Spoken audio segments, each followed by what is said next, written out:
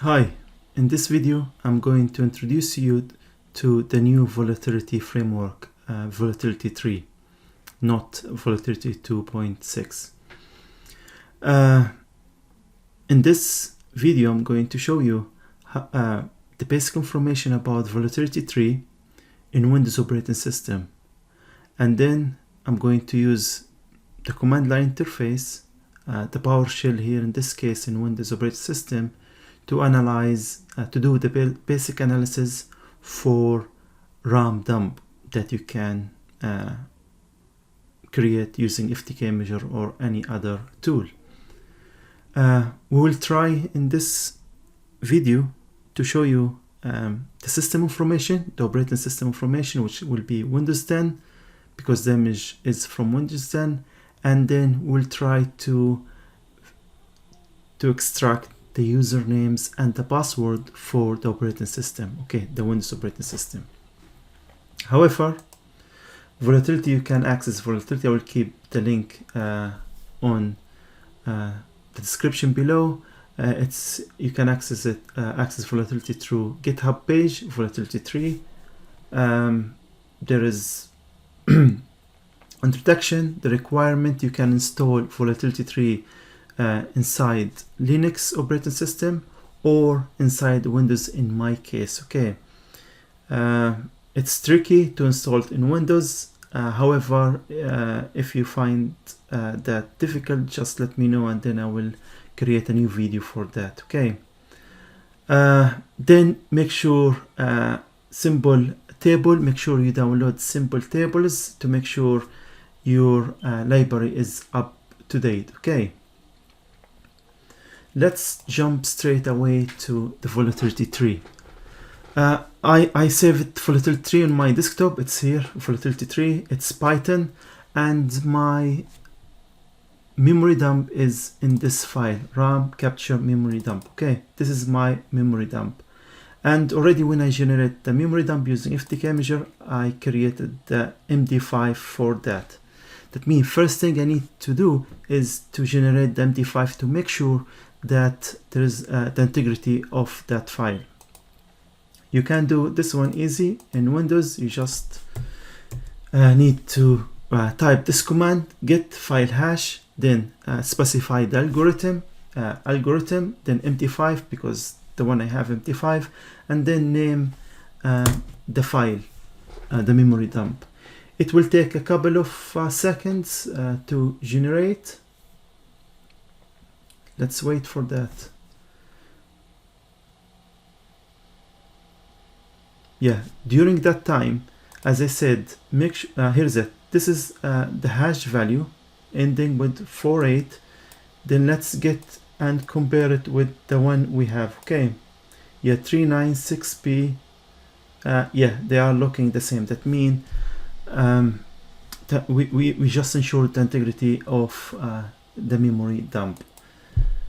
I will keep the command for calculating the hash value in the description as well. Okay, to run Volatility, first thing you need to open the PowerShell. Let me open the PowerShell, another new PowerShell. And make sure you go to where Volatility tool is installed. In my case, I will type ls. In my case, it's in desktop, cd desktop, then ls. I am in Windows operating system, okay. I'm in Windows operating system, but I still can be able to use some of the Linux command, okay, using the PowerShell. Then ls again. This is the Volatility 3. Because we are on desktop, I will go to the Volatility 3 folder. Then from here you can run the Volatility using Python, py, then volatility, volatility.py. You will find that within this folder. Okay, this one, volatility.py. Let me close the hash. And then volatility.py, then you type, I have more than one PowerShell, okay, sorry for that. Then you type the file you need to analyze, and which is in users, students, desktop, RAM capture, number 1, and memory dump Windows. Then you need to use the plugin that you need. Okay, there's many plugins within Volatility 3, and it's easier than Volatility 2. Okay, because it supports Windows 10. It's easier, faster, and easy to write the command.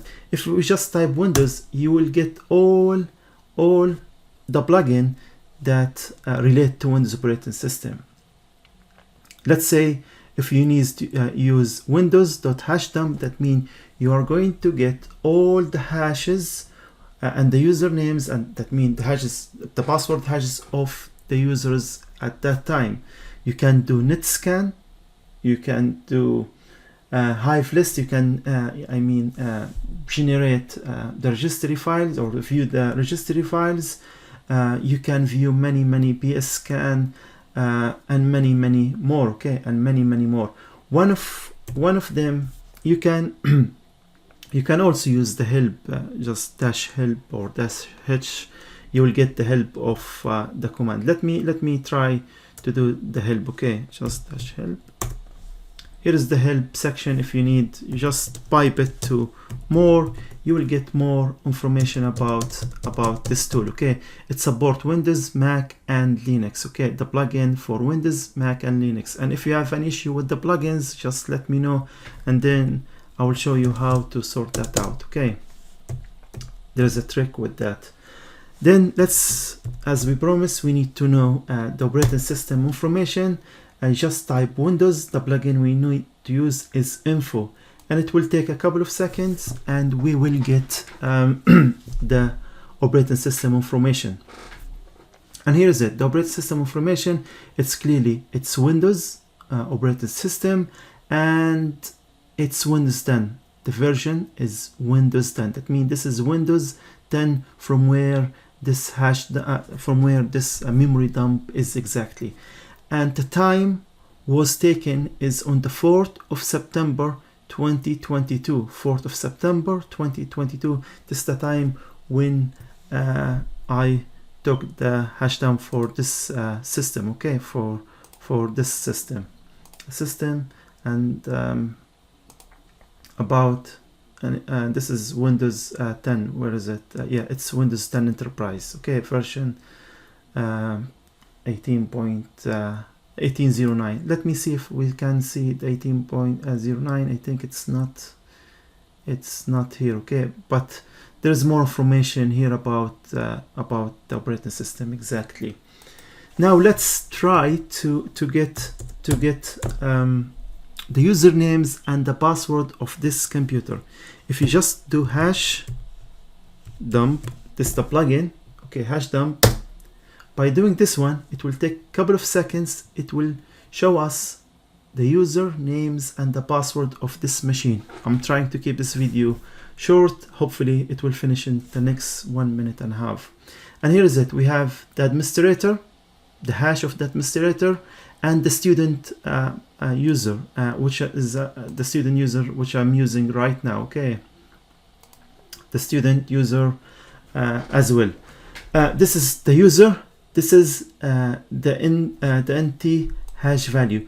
I mean, if you just copy the hash value, now you can use any tool to crack this hash value. You can use John the Riper or Hashcat or any other tool to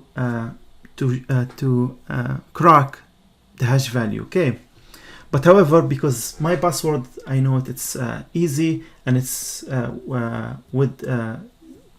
it's easy to guess and easy to find. Okay, you don't need to brute force attack. You can just do it using a dictionary attack. Let me copy and paste. I can use CrackStation, this website that provides cracking the hashes, and let's try our luck with this password. I'm sure 100% we will get the result because the password is very easy. Okay, and here's it. The result is Cisco. That means the username of this, the password of this user, the student, is Cisco. Okay, the password of the user is Cisco. And all of that we managed to get it from the memory dump, okay, from the RAM dump. Make sure you subscribe, because the next video will be will be investigating into the RAM dump as well, and investigating into telnet connection. And that means we are going to view network communications, and we're going to view the process the processes. Yeah, we're going to view the processes, and also we'll try to grab some command from a string. Okay, I'm going to keep this one short, and thank you for viewing this one.